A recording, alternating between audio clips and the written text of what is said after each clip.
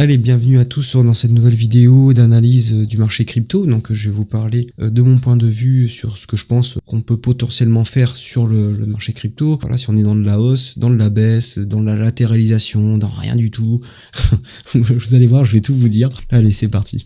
Donc, pour en revenir à ce dont j'avais parlé la dernière fois, avec les éléments qui pouvaient constituer une baisse de toute cette jambe haussière, qui date depuis décembre 2022. Donc, il y avait quoi? Il y avait l'ETF spot qui pouvait constituer un sell the news.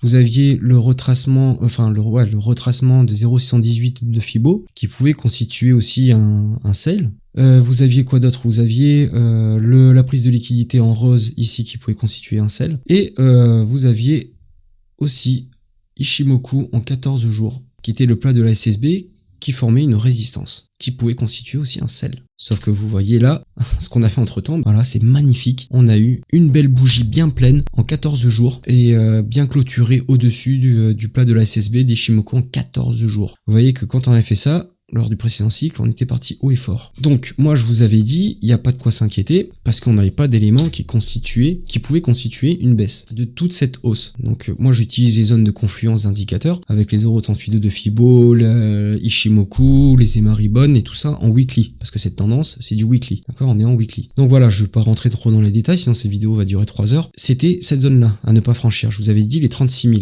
On n'a pas du tout franchi les 36 000. Et on a refait un nouveau plus haut par rapport aux 49 000 $, 50 000 $.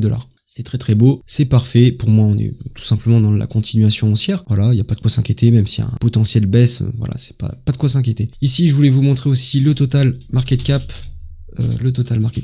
On a eu un signal plutôt bon avec une clôture de la bougie en weekly. Là, donc c'était le 5 février. Bougie en weekly au-dessus de la zone des 0,382 de Fibo, de tout ce mouvement-là. Donc magnifique la clôture. Pour tous ceux qui disaient qu'on était dans un scénario à la 2019, ben sachez que ça ressemble pas trop en fait à un scénario à la 2019, parce qu'en 2019, on n'a pas clôturé au-dessus des 0,382 sur le total market cap. Donc bon, essayer de faire des relations comme ça, assez simplistes, en disant des choses, bon, on n'est pas du tout dans le même contexte économique, on n'est pas du tout dans le même contexte tout court en fait. Donc ça sert à rien de comparer avec une chose et dire regardez, du coup on va retracer parce qu'on est en même truc de halving, etc. Non, tout simplement. Ici, bon, je voulais vous montrer rapidement les wallets en profit réalisé, petit indicateur que j'ai fait moi-même sur 40 cryptos moyenné avec en pourcentage, vous avez en pourcentage des wallets en profit réalisé. Donc ici on est actuellement à 38%, moi je vise les 60%. Quand vous verrez qu'on sera à 60%, je pense qu'on sera presque sur des tops de marché. Vous verrez que là tout le monde commencera à vous en parler et patati patata. Je voulais vous montrer différents graphiques que je regarde. Donc ici vous avez un graphique qui répertorie l'ensemble des altcoins. Donc j'ai fait le total market cap moins le market cap du BTC, Ethereum plus l'ensemble des stablecoins. Ici on voit quoi? On voit des zones d'accumulation, expansion, accumulation, expansion. Et là on refait pareil, accumulation et potentiellement expansion. Ici c'est exactement en fait le même graphique, sauf que j'en ai fait la dominance et on voit qu'on est sur un triangle de compression. Triangle de compression depuis décembre 2017. Donc triangle de compression c'est quoi? C'est des creux de plus en plus haut et des sommets de plus en plus bas. Et là on a un triangle de compression. Donc moi je mise sur cette dominance qui est actuellement à 23% sur l'ensemble des altcoins. Je mise un retour au minimum sur la zone des 36-37%, voire des 50%. Ensuite, ça, c'est ce que je vous ai montré précédemment dans les précédentes vidéos. Ici, on est sur la moyenne du market cap de 28 altcoins du top 100. Et on voit pareil, en fait, les zones d'accumulation et les zones d'expansion futures, potentielles. Je ne sais pas à 100% si ça va se produire.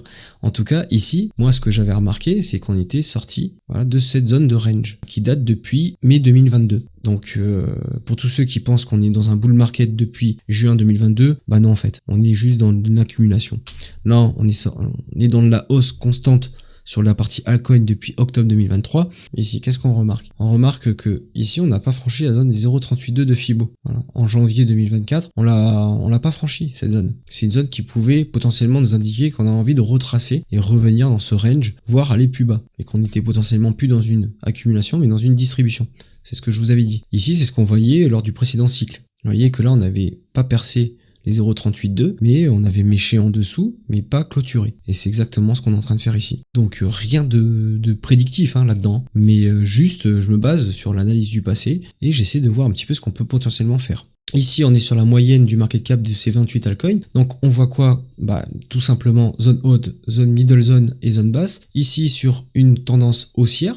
Hein, ce truc-là, c'est en tendance haussière. On voit qu'on est actuellement sur 3,7 de dominance, de dominance. Et moi, je vise clairement un retour sur cette zone-là des 6% de dominance, voire une touchette sur les 8,4% de dominance. Si on rebaisse ici, pas très grave, tant qu'on ne vient pas péter ces zones-là.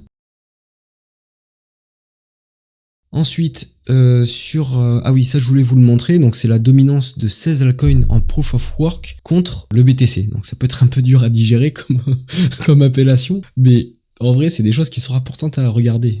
Plus importante que de regarder un simple prix du Bitcoin. Et encore, franchement, je vous montre rien du tout, parce que je pense que, de toute façon, il y a personne qui regarde mes vidéos, donc personne regarde ça endort les gens. Voilà, les gens s'en foutent de ça, et pourtant, c'est ce qui, je pense, à mes yeux, est peut-être le plus important à regarder. Donc ici, on voit quoi? Qu'on voit que la dominance des alts en Proof of Work est en constante diminution depuis décembre 2017. Voilà, avec une grosse phase de baisse ici, et là, on a un gros pump en avril 2021 lors du bull market. Après dump, petit pump et dump. Ici, on se retrouve en fait sur une zone intéressante de pivot. Moi, j'aimerais ici qu'on ne vienne pas casser. Alors là, c'est mal fait.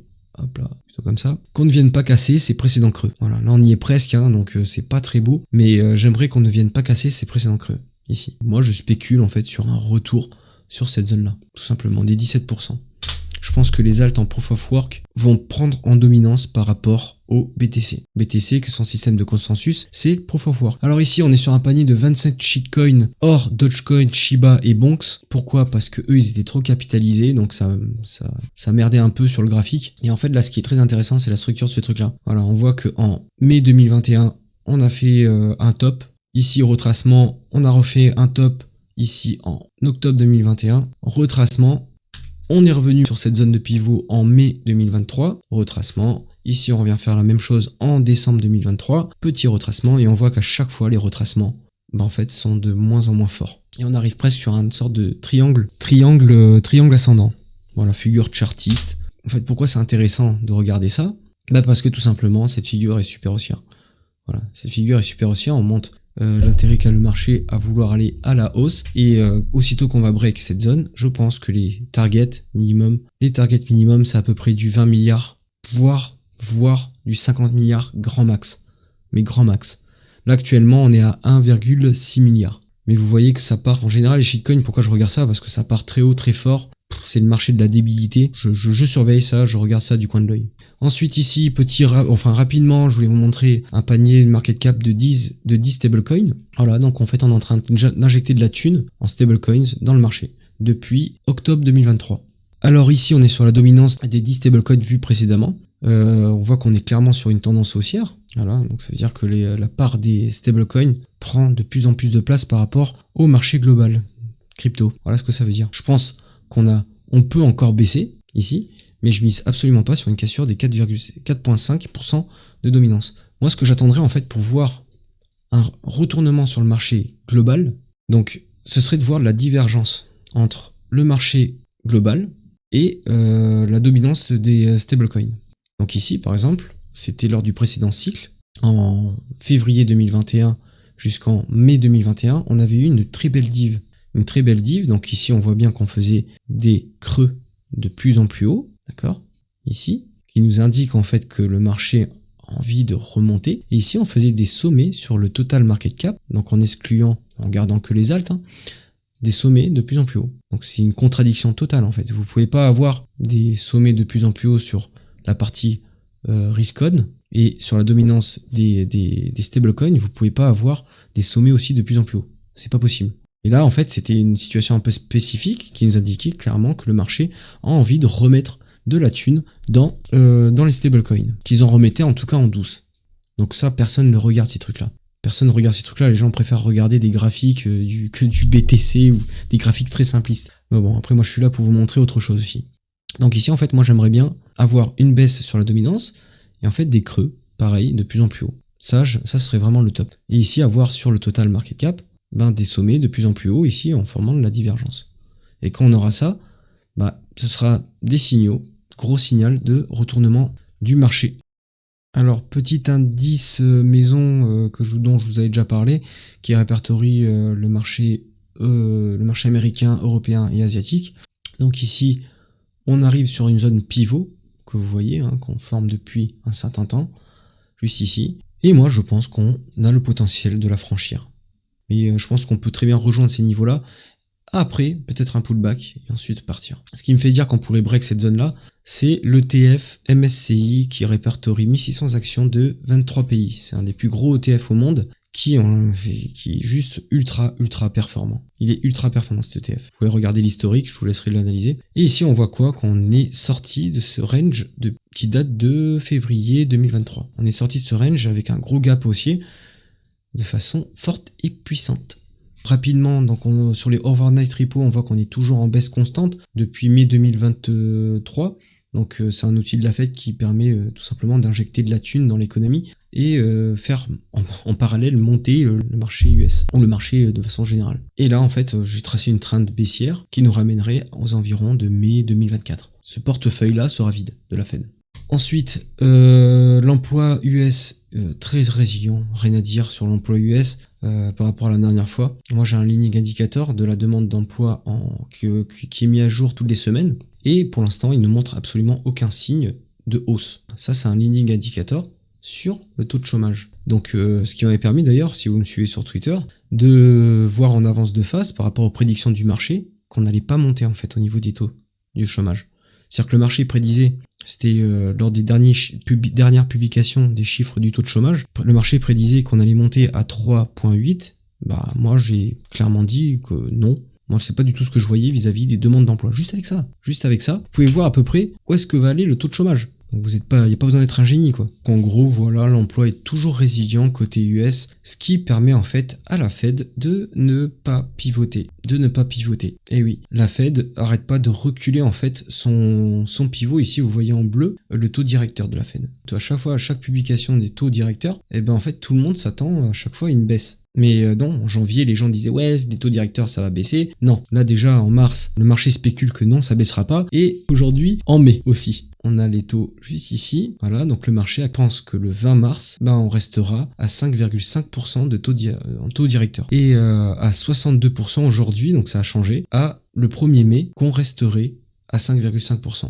Donc 62% c'est pas assez. Voilà, moi je dis 80%, ça commence à devenir correct. Voilà, sinon ça change tout le temps, ça.